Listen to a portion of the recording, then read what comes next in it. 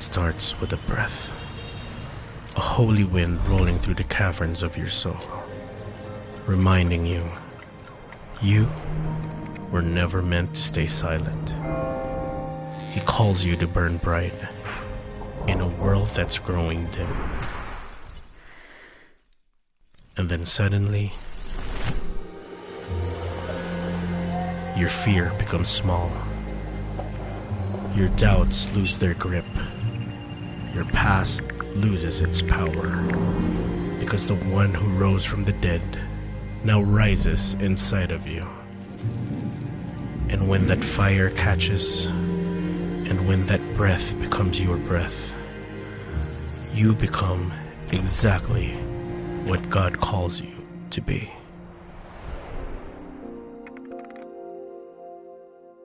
Mapagpalang araw ng linggo po sa atin lahat. Yeah. Mapagpala rin asa. Again, welcome po sa ating 4 PM service. Pwede mo sabihin sa katabi mo, magandang ka ngayon at gwapo ka ngayon. Yan. Iyon. And if you are a first time po, kung bago po kayo na nandito, we want to welcome you sa ating service. Nasa ikalawang yugto na po tayo ng ating topic na pinamagkatan natin, Unstoppable.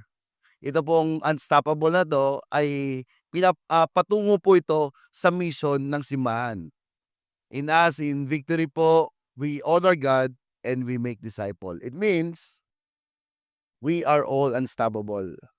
Meron mang mga pagsubok na dumaraan, meron man may mga pakanaman ang kaaway, pero it will not make us to stop to continually doing the mission of God. Tama po ba? And last week po, pinag-usapan po natin the infilling of the Holy Spirit. It means we can never accomplish the mission God has for us by our own strength. Hindi po natin kayang i-accomplish yung mission natin with our own strength lang po. That's why God sent us, the Holy Spirit, who empower us to do what we could never do on our own. Kaya po, hindi lang po natin tinanggap si Kristo bilang ating Panginoon tagapagligtas, but God the Holy Spirit is living in us, dwelling in us.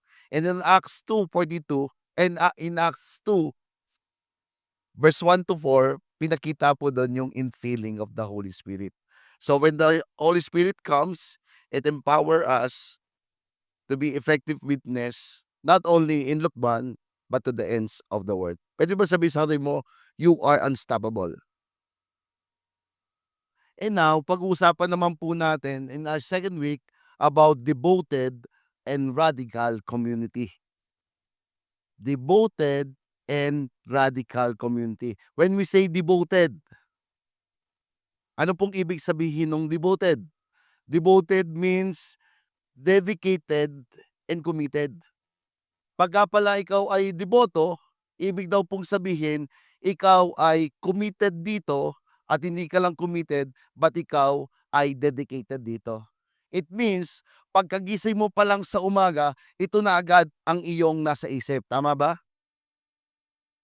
Sino dito you are committed to someone? Yun. Or you are committed to something, di ba? Kasi daw po, yung mga nagiging devoted o yung mga nagiging radical in doing it, why people become devoted to something? It resonate with their values or purpose. Nagre-resonate daw po dito it talks about our values at yung purpose po natin in life. Not only values and purpose in life, but it changes them or brings joy. Hindi lang daw po ito yung values niya at yung purpose niya, but also he become dedicated and committed because ito daw yung nagpabago sa kanya at nagbibigay sa kanya ng ligaya. They connect with others who share the passion. Not only values, not only joy, but also you are a community. na you are connected to one another. It gives them direction or significance. So kung ito po pala yung ano, yung nagbibigay ng devotion, tanong, what are you committed to? Ikaw, para ikaw, saan ka ba committed? If you are a student, kung sasabihin values at saka purpose, dapat committed ka sa iyong pag-aaral. Lalo na sino dito, kaway-kaway yung mga magbo-board exam na. Woohoo! Meron, di ba? Dapat focus muna dun sa goals. Wala munang distraction. If you are a husband, sino po dito, happily married ka, you are a husband. Yun, talaga naman so, hope araw ang kumbaga yung ating devotion, you're committed and dedicated to your wife. Eto may darating po tayo, March 7 for only 600 pesos each. So, parang kumain ka lang ng 2 beses sa McDonald's, tama? Napasaya mo pa yung wife mo. If you are a parent, our goal is to provide yung ating mga anak at i-guide natin yung ating mga anak. If you are a single, dito mga single, available, parang nawala yung ano. So, hangga't wala pa siya, focus muna tayo kay God, in the same time sa ating career, parang gano'n. So, it shows that we are committed and radical. Parang ngayon, hindi dati po I am committed and radical sa basketball. Pero last Saturday, may bago akong nakita. Ang tawag dito ay pickleball, 'yon.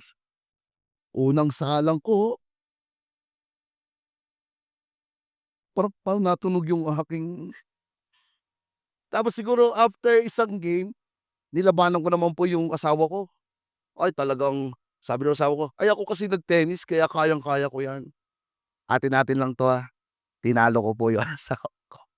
Pero after the game, sabi ko, "Ang sarap ng pakiramdam nito when it talks about values and purpose."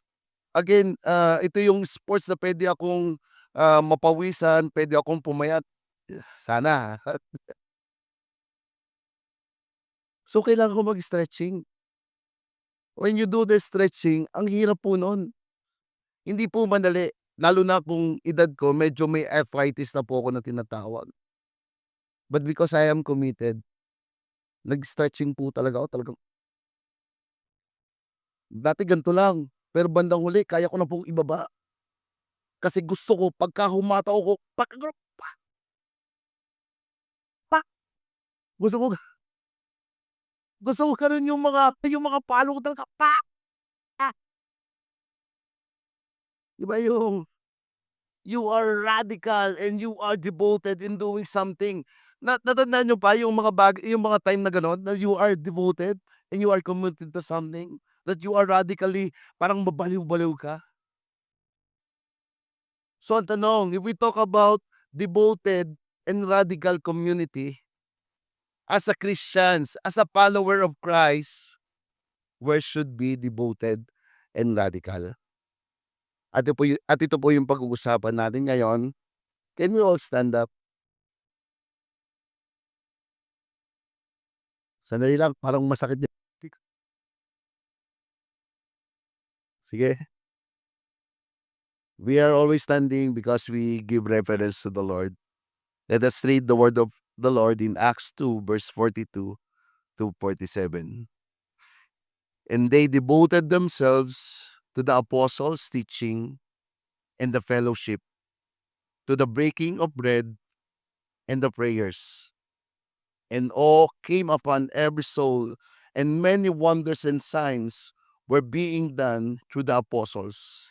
And all who believed were together and had all things in common. And they were selling their possessions and belonging and distributing the proceeds to all as any had need.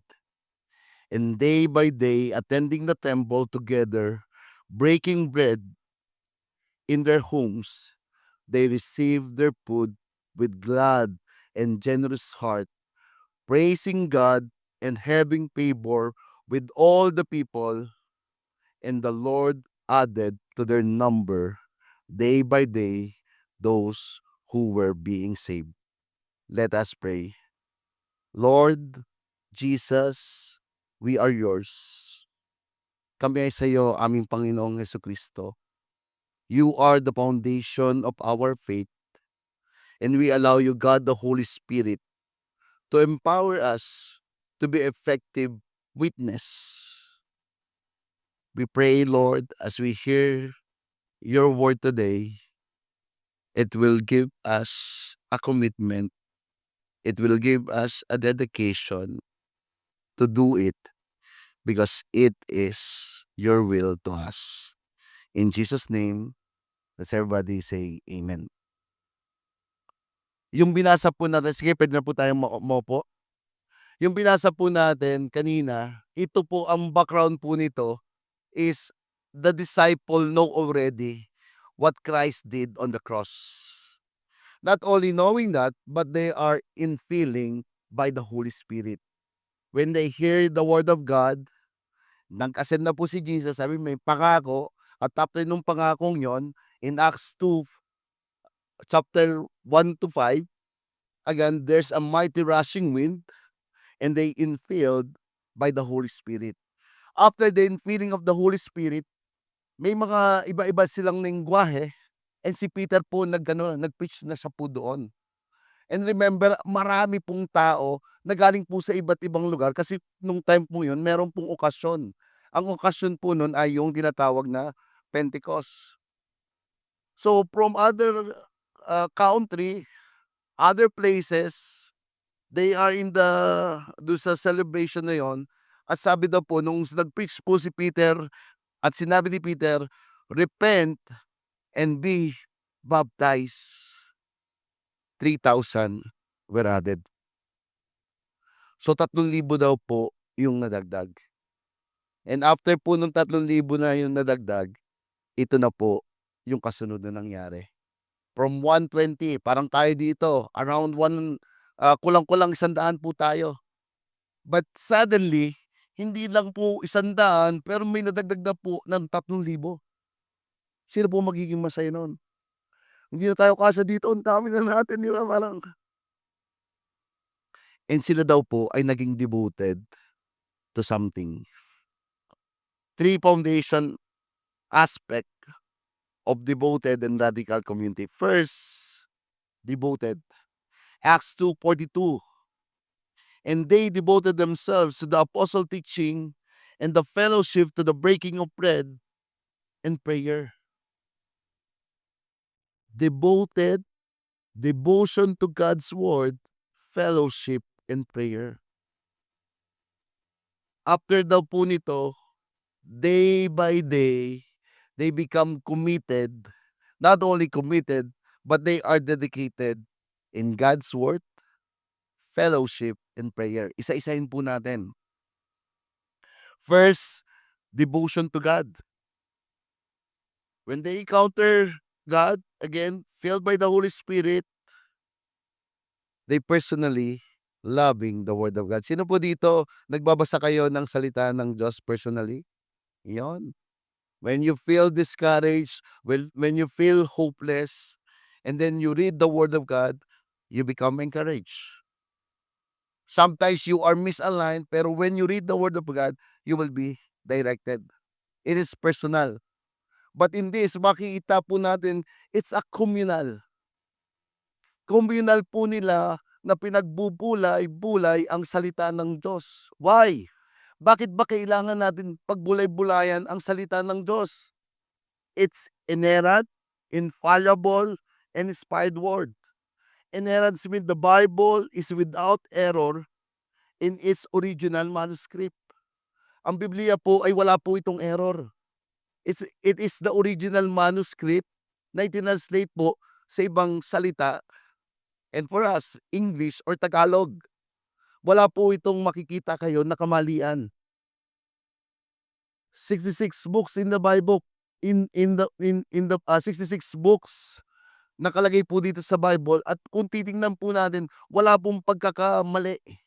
Kumbaga wala pong contradiction when you read it. Kung ano sinasabi in the Old Testament, in the New Testament, wala pong pagkakamali ito. Infallible. The Bible is complete and trustworthy and reliable. Pwede po natin itong pagkatiwalaan, at ito daw po ay hindi lang po katiwa-tiwala, pero ito daw po ay pwede nating sandalan. Reliable. It is God's breathed or inspired word. In 2 Timothy 3:16, it says, breath of God, nagmula sa hininga ng Panginoong Diyos. It is God's message to us, written by human under His grace. So ito daw pong salitang ito ay sinulat ng Diyos para po sa ating sangkatauhan. It's just like a love story na ibinigay niya sa kanyang mahal. Sino po dito nakatanggap ka na ng sulat? Yan, yung mga may edad, di ba? Una, sulat, telegrama. Sa ngayon, ito yung tinatawag natin messenger. Ano pa yung mga ano natin? Instagram. Hanggang ngayon, di pa rin ako marunong mag-Instagram. Pero ito yung ano, and kung ito ay galing sa someone na important, ito po ay ating pinapahalagahan. Tama po ba? And same thing, it is a bit of God for us. Meron nga akong kakilala, nung uso pa yung cellphone na text pa nun, piso pa ang kada message nun eh. Ayaw niyang burahin doon sa inbox niya, laging full message na. Ba't di mo ba binura? Brad, huwag kang magulo. Text yan nung crush ko 10 years ago. Wow, ano bang message niyan? Ay nakalingat po, binasa ko. Ang message ito, who you? Sige, yung mga hindi tumama, okay lang po. Pero anong gusto ko pong ano po yung ibig ko sabihin? If it's valuable, iniingatan po natin 'to. As a church, every time I preach the word of God, I will make sure it's not my opinion, but it is the word of God. Kasi kung opinion ko lang po, pagka may sinabi ako dito na something, maaari po kayong magalit sa akin kasi opinion ko yon. Pero kung ito po ay salita ng Diyos, masaktan na po tayo kung masasaktan. Alam niyo po, ang hirap mag-preach. Bago ko po ito i-preach, ako po muna, nagsusorry po muna ako kay Lord. Kasi when I read the Word of God, truly, sabi po doon, ito ay buhay at aktibo, katulad ng dalawang talas na tabak. Isang tabak na dalawa ang talas na kaya pong i-penetrate, kayang puntiryahan ang kaibutod-ibuturan ng buto. In English, it can penetrate the bone marrow. Alam niyo po ba yung bone marrow? Ito po yung pinakang gitna ng buto. Sabi natin utak. Hindi po utak yun. Yung sa baka po, doon po nagmumulan yung red and white blood cell. Nox. Wala mo gano'n, no? Pero sabi ko nga, yung science, when you look into the Bible, yung science na pinag-aaralan natin, even the Word of God, truly the Word of God. Yung sinasabi natin when you look into the anatomy, yung katawan ng tao, napaka po yan, napaka hirap intindihin at unawain. Pero ang Diyos sabi doon, even ang hibla ng iyong buhok ay alam ko. So what do I mean? The Word of God is kailangan po natin 'to. So that nung naka-encounter po sila sa Panginoon, sabi doon, they become devoted to the Word of God. If we are a believer, if we are a follower, we must and we should be devoted to God. Tanong, pag-gising natin sa umaga, maggaganong-ganon ka ba muna we need to prioritize the Word of God. We need the Bible to shape us, not to suit us. Kailangan po natin ng Biblia para ito po yung mag-shape sa atin at mag-suit to us. Honestly, ako po, every time I preach the Word of God, every time I hear the Word of God, hindi naman po ako ganito eh. For me, it's very hard to find. Mali pong English yun, alam ko po. Pero ang hirap po, hindi, even, sabi ko nga, yung mga kaklase ko noon hanggang ngayon, when they look at me, ito na ako ngayon. Why? The Bible shape us. It's just like a mirror. Every time we read the Bible, parang tumitingin po tayo sa mirror at nakikita po natin yung ating mga mali. Tama po ba? At ito dapat yung naghuhulma sa atin, hindi po nagsusut sa atin. Kasi yung iba po, when they read the Bible, it's suit for them. Pagka magaganda, ay pangako, ito'y pangako ng Panginoon sa akin. Yay! Pero pagka correction, pagka warning, ayan, sinasabi ko na, itong salita ng Diyos na ito para doon sa katabi ko. Diba, parang ganun. Nagigets niyo yung ano ko? Parang sabi ko kanina, yung edad po namin ngayon, ako na naman po ay bata pa naman, mid-40 or above 40. Pero yung gulay, dati hindi ko po na-appreciate yan. Pero ngayon kailangan ko pong kumain ng gulay. Hindi po siya gano'n kasarap, pero pagka naiintindihan ko na ito'y magbe-benefit sa aking kalusugan, kailangan kong kainin ng okra. Yum, yum, yum, sarap! Why it become masarap? Yung why it will benefit me. Thus, the Bible will benefit us. So we must devote themselves in apostle teaching or the Word of God. Not only in the Word of God, but be devoted in fellowship. Bible says, they devoted themselves in apostle teaching and the fellowship. In Greek word, pagka inano po natin yung fellowship, ang ibig po sabihin nito ay koinonia. It's about sharing life together. As a Christian, we need to be connected with other Christian. Kung ikaw daw po ay Kristiyano, kailangan mo daw po to be connected to someone. Pwede mo ba sabihin sa katabi mo, pwede mo bang i-share yung buhay mo sa akin? Sige, sabihin mo.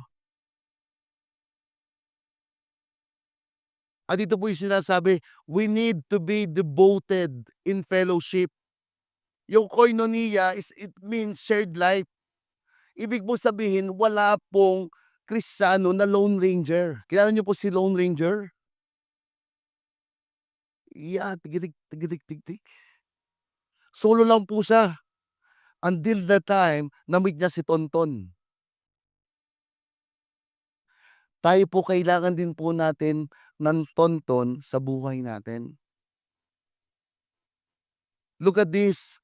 From 120, then 3,000 added. Yung iba po doon hindi po nila alam ang kanilang pinasukan at pinuntahan.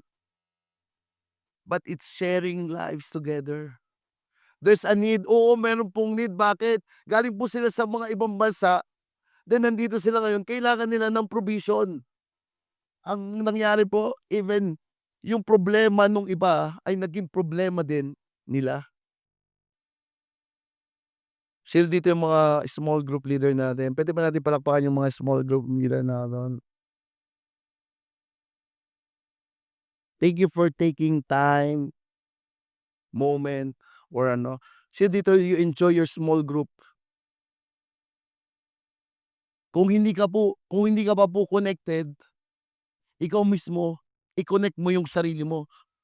Naghahanap ako ng small group. Sino ba dito yung pwedeng makasama? Kasi kung feeling mo, hindi mo sila kailangan ka nila.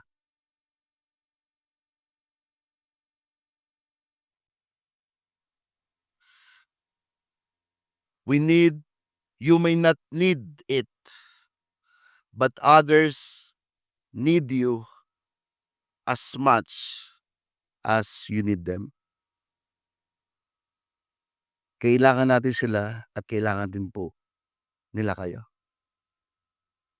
But itong fellowship for me is very buhay po sa'kin po yung small group and fellowship sa church. Because may mga tao pong ginamit ang Diyos para po i-correct ako, para po i-guide ako. Tanda ko nun single ako, tapos sabi nung nasa group ko, "Oh, anong natutunan mo?" Same thing din sa kanila.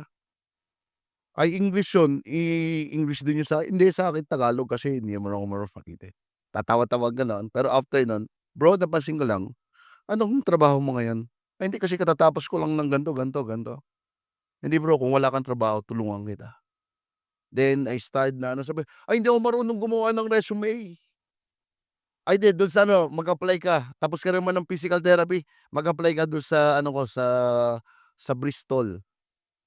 I-aano kita, ipapasok kita dun." Then gumawa po ako ng buy data, bumili ako nung tig-pipiso nun, 'di ba piso pa na yung buy data. Pagbili ko ng buy data binigay ko, sabi nung kasama ko, ginusot na gano'n, "Ano ka ba naman wala kang ka-excellent, excellent." Yung isang ginawa niya sa'kin, yung kasama ko sa group, "Bro, wag kang mag-alala, ita-type kita. Tapos bukas sasamahan kita, mag-apply tayo." Nandun na po ako, after the interview, pasok ako. Hindi lang po ako masaya, yung buong group namin nag-celebrate pa, meron pang pa-cake, akala ko birthday ko, eh. Pero natutuwa sila for me, it's a celebration for and then I become a teacher po ng SPED. Yun nga lang nung may bumisitang parent, sabi dun, "Ano ba yan estudyante?" Hindi, joke lang po yun. Again, we need someone yung shared life. Nage-gets niyo ba yung gusto ko i-point out? We need someone. Kaya kung hindi ka connected, I just encourage you, a believer should be devoted also in fellowship. Meron po tayo dito yung mga advanced in age, mga men na nagmi-meet. Ako every Friday po basta hindi, okey yung schedule ko, I make sure na nandun ako. Hindi lang po ako yung nagbibigay, ako po mismo ay natututo. There's a lot of na matututunan ka dun sa experience nung isa at dun sa experience nung iba sa paglakad sa Panginoon. And I just want also to thank you bilang pastor niyo po dito sa Victory Lucban.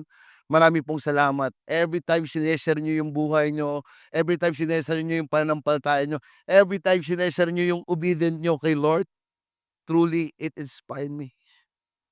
Na parang nagbibigay sa'kin ng encouragement, tama ang aking ginagawa. Tama na tinalikuran ko ang pagiging artista. Joke po uli yun. You know what, minsan ako nagugulat nga ako, eh. There's a lot of miracle in the life story ng mga tao dito. Minsan nga sabi ko, "Lord," minsan magse-share sa'kin sabi, "Lord, kaya ko ba yun, yung pinagdadaanan niya?"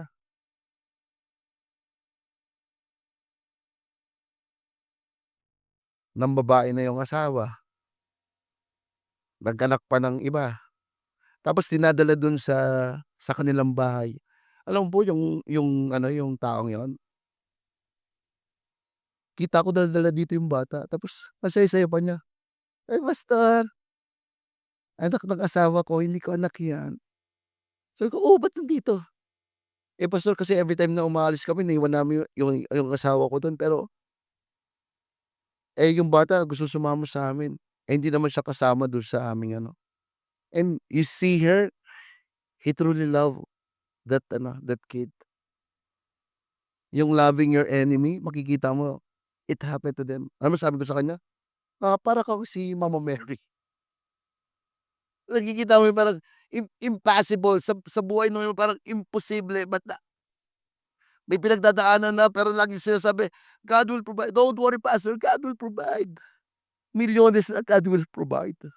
Pero truly you will be amazed na truly in that time, in that moment, truly ang Diyos ay hindi nagkukulang. God will provide. And it happened in shared life. Willing ka ba na ma-inspired do'n sa buhay ng katabi mo? Willing ka bang ma-correct nung tao para to the point na not totally perfect, but you will be aligned into him. Yung relationship po namin mag-asawa, maraming salamat may mga tao din na nagko-correct sa akin. In terms of ano, "Pastor Ed, ano ba ito? Pinapalayas na ako, palalayasin ko rin 'to." "Aaron, wag mong palayasin 'yan. Tandaan mo hindi mo bahay 'yan, bahay niya 'yan." Wala ng palayasan. Devoted in shared life. Not only devoted in shared life, but devoted in prayer. Devotion to prayers. Ephesians 6:18, praying at all times in the Spirit with all prayer and supplication as a devoted of Christ, as a follower of Christ, ang dapat mong lumalabas po sa bibig natin in everyday prayer.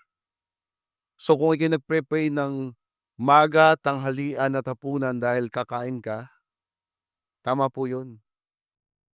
Or kinukulit ka na ng mga kasama mo, "Ay, ito na naman si born again, magpe-pray na naman 'yan." Okey lang po because it should be our devoted. Yung iba nga po, yung iba 'di ba, may pagluhod-luhod pa tapos nagdadasal daw sila. Ang tagal nun, buong ilang ilang oras ba yun? Yung sa mga ano, hindi, wag kong babanggitin yung gano'n. Ang tagal po nun 'di ba, minsan ilang araw.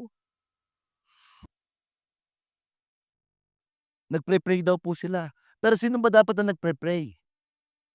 Sino ba yung may prayer na powerful and effective, 'di ba?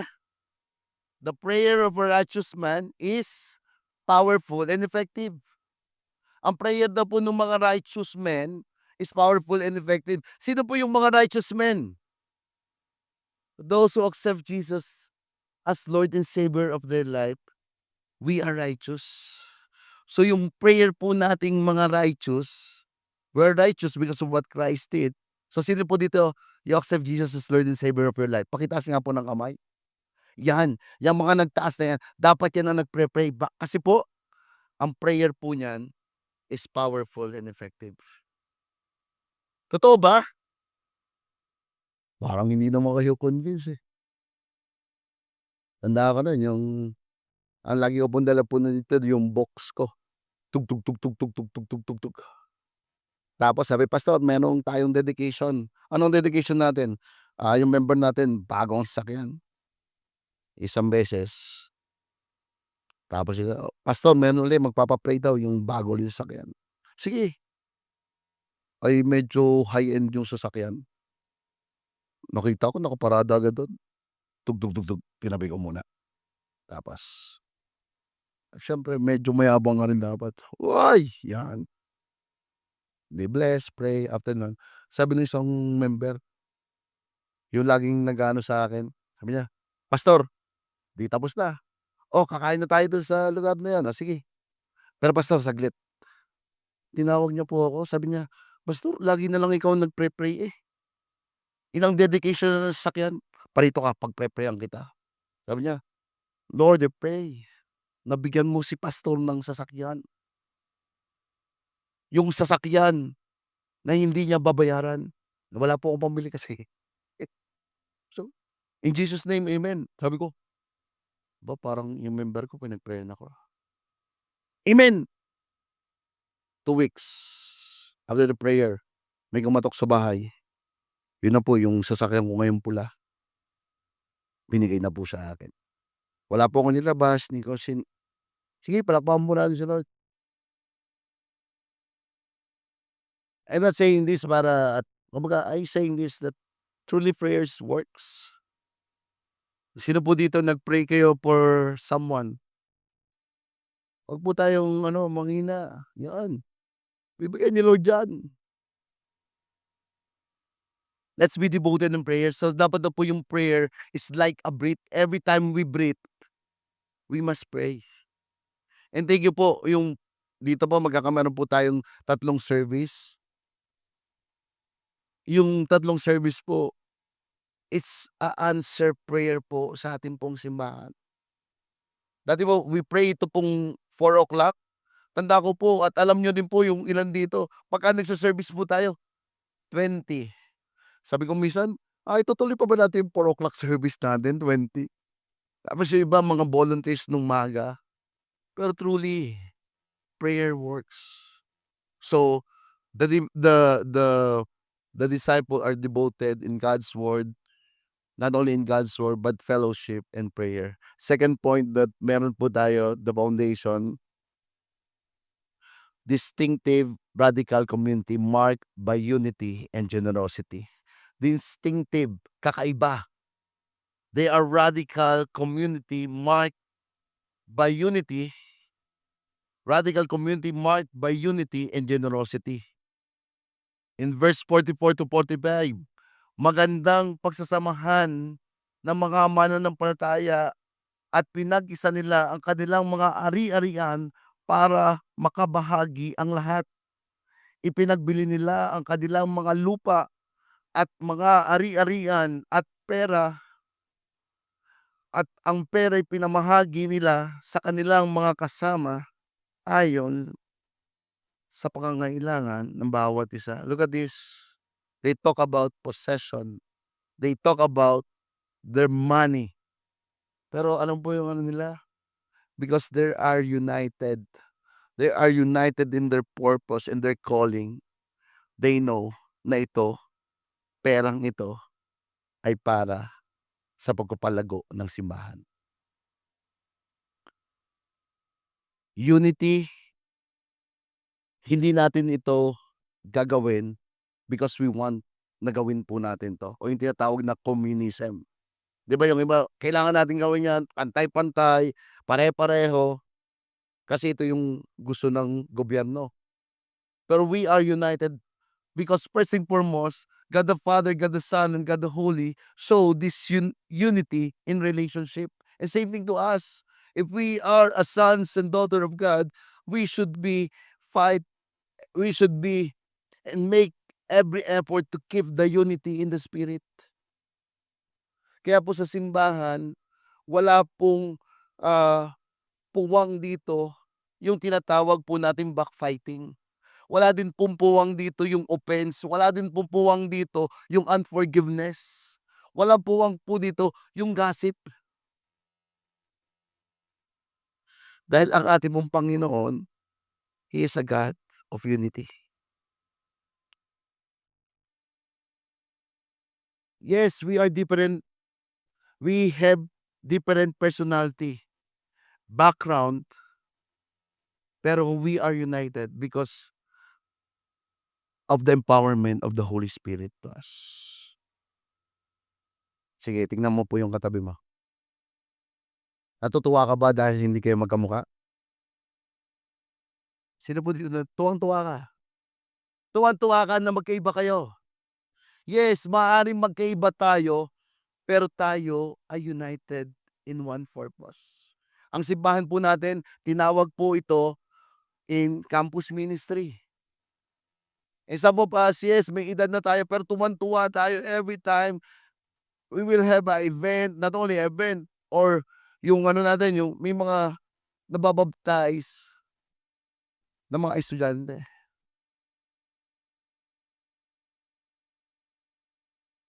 There's no room for offense and unforgiveness. If there's is a conflict, we resolve it immediately. Kung may conflict man, don't tell to other person kung ano yung problema niya. It must rather, lapitan mo siya face to face. Sir, na-open mo ako, bro. Ay kasi ako, maglalagay pa akong gel, ikaw, pagka gumanon ka lang, gandang lalaki mo na agad.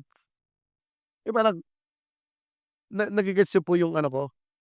Parang sabi, we are devoted in prayer. Kung may nalaman ka tungkol sa kapatid nating isa, hindi po dapat natin pagkwentuhan siya, but we must pray for them.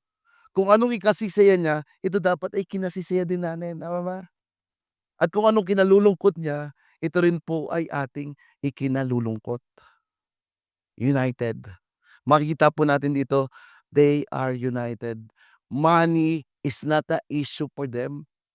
Hindi po nagiging issue ang pera dapat sa simbahan.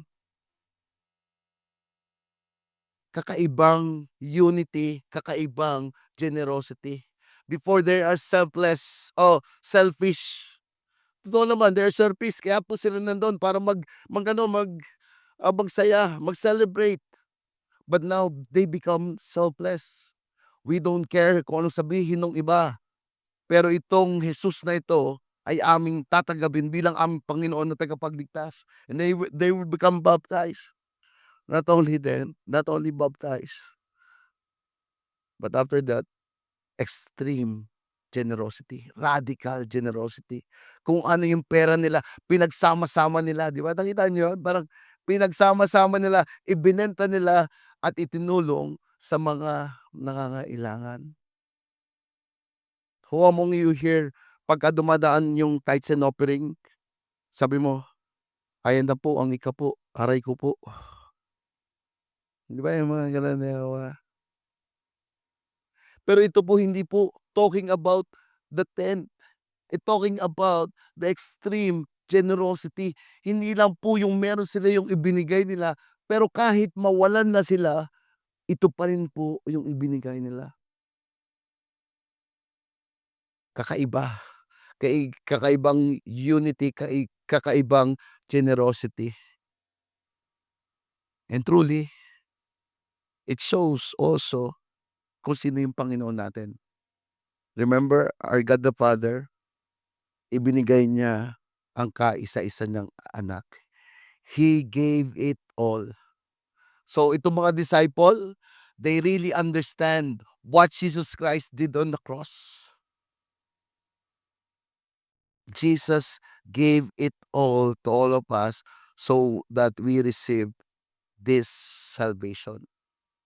At kayo po na nandito, don't do that, the extreme generosity is kung hindi po ito inuutos sa atin ng Panginoong Diyos. Pero kung ito po sinasabi ng ating Panginoon, let's trust the Lord. Kasi every time we receive, it's not only for us, kailangan po natin din padaluyin para dumaloy po yung pagpapala ng Panginoong Diyos. O mong you hear na minsan parang gipit na gipit ka na. Pero because alam mo na sinabi ni Lord, ito'y para sa advancement of God's kingdom, and then you saw it. Kahit wala ka na, pero later on, God really provide everything that we need. God gave it all, so we must also give it all. As I end, what happened? Demonstrated impact. What they did, it become an impact. Lifestyle of witness that attract others, people to Christ. When we become devoted in apostle teaching or in the Word of God, fellowship, and prayer, and we have this unity and generosity, truly we become an impact. Kung ang katabi mo ay lalaki, magiging impacto. Kung babae, impacta. Di ba? It will become an impact hindi po sa programa ng simbahan lang. Nagigets niyo po yung gusto ko i-point out? Discipleship is not a program of the church. It's a lifestyle. When we say worship, ang worship po ay hindi lang po yung ginagawa natin dito habang kumakanta po tayo. Worship is our daily life. Yung daily life natin is surrendering to our Lord Jesus. Tingnan po natin ito. Bakit na-attract yung mga tao sa kanila? May nangyari sa taong ito eh. Sino dito may mga ganun kayong mga kaibigan? Parang lagi na kayong tiningnan, anong meron sa'yo? Parang may bago sa'yo. Eh, ang meron lang naman meron kang relationship kay God, 'di ba? It says here, "And day by day, attending the temple together, breaking bread in their homes, they received their food with glad and generous heart." Sabi ko, every day attending the temple in their house, receive their food and glad and generous heart. Kumbaga, hindi lang sila tumatanggap, but they also become generous. It will end up praising God and having favor with all the people. It bring favor daw po sa lahat ng tao, and the Lord added to their numbers day by day those who were being saved. Sabi daw po, because they have a lifestyle of loving Jesus and devoted to the word, fellowship, and prayer. They are united. They are generous. It will bring daw po more people added in the church. Look, 123,000, then every day there's added. Masaya ka po ba nun? Truly that God's kingdom is advancing. So it means God called each one of us. Ako po, meron po akong mga hindi kakilala, nakakilala mo. Yung nanay mo, yung tatay mo sa bahay ay hindi ko po kayang abutin, pero yung pagbabago ng iyong buhay can make an impact to them. Let's be devoted to His word, fellowship, and prayer. Be united and generous. Let's have a lifestyle of witness that attract others people to Christ. Church growth is not just about events and program. It's about authentic relationship and living out faith. Authentic relationship. Yung pananampalataya po na, yung personal natin pananampalataya, what we are inside, we are also in outside. Na ano niyo po ba yan?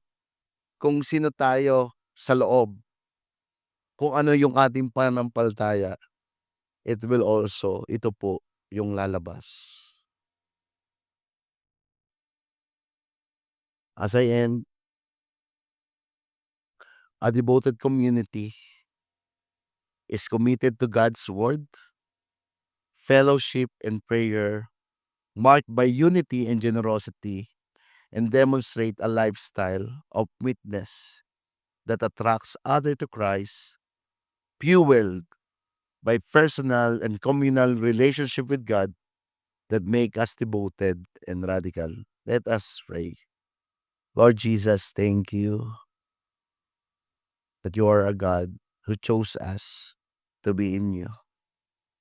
Yes, there's people who share to us the gospel, but truly it is you who choose us to be here. You said to your word before the foundation of the world, you knew us. You choose us. That's why our relationship is not based, or it's not come for the people, but truly it comes to you. So this is our prayer, Lord. Each one of us, we pray, God, that you make our faith grow. Some of us, we really understand your word, or some of us, we know your word. But today, we pray as we speak your word, as we listen to your word. Said to your word that faith comes from hearing, and hearing the word of God. Make us a realization, Lord, how we need to be committed, how we need to be dedicated to your word. If we are all here today understanding that we need to be devoted to your word, fellowship, and prayer, and we realize, kung ikaw mismo na-realize mo, Lord, bakit ganon? I hear your word every Sunday na lamang pagka makikinig na ako ng iyong salita. Or sometimes, Lord, every time I read your word, wala naman ako naiintindihan. Pero thank you because it is you, Lord, who called us and give us this faith. Yes, Lord, our body is weak, but your spirit is strong in us. I believe some of us here, God is telling us, you are like a tree planted in a stream of water. Katulad ka ng isang puno na nakatanim sa batisan. And the water is overflowing. But the problem is not the source. Ang Diyos ay patuloy kang binibigyan, patuloy kang inaakay. But sometimes the problem is us, how we receive. If you are that person, wag ka nang lumayo, wag ka nang tumakbo. God is making you something. It's something great. When you allow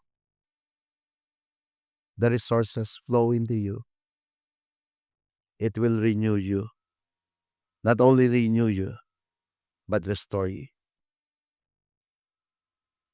Maybe sometimes when you hear the word of God, pumapasok lang ito sa iyong tenga at lumalabas muli. But now, ang mensaheng ito ay kakaiba dahil ito ang salita ng Diyos na buhay at aktibo na ipinepenetrate ang iyong kaibutot-buturan na buto. It means His word will bring us transformation and give us hope for the future. Don't be afraid because I am a God who is with you. If you allow these resources, sabi po doon, ang dahon ay hindi matutuyo, but mamumunga sa tamang kapanahon. I pray for you. Lord, thank you, God. We pray that as a tree,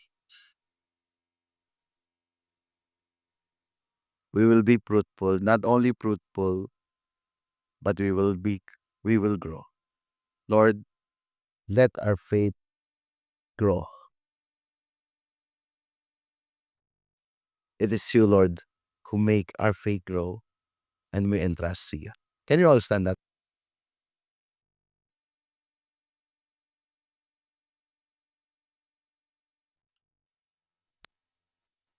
We will sing this song. This is our church.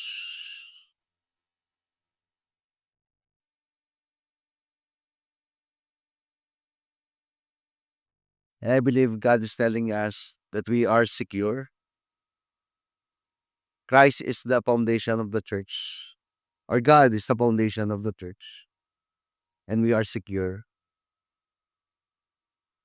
The Hades of hell will not overcome us. Lord, thank you. We want to worship you in Jesus' name.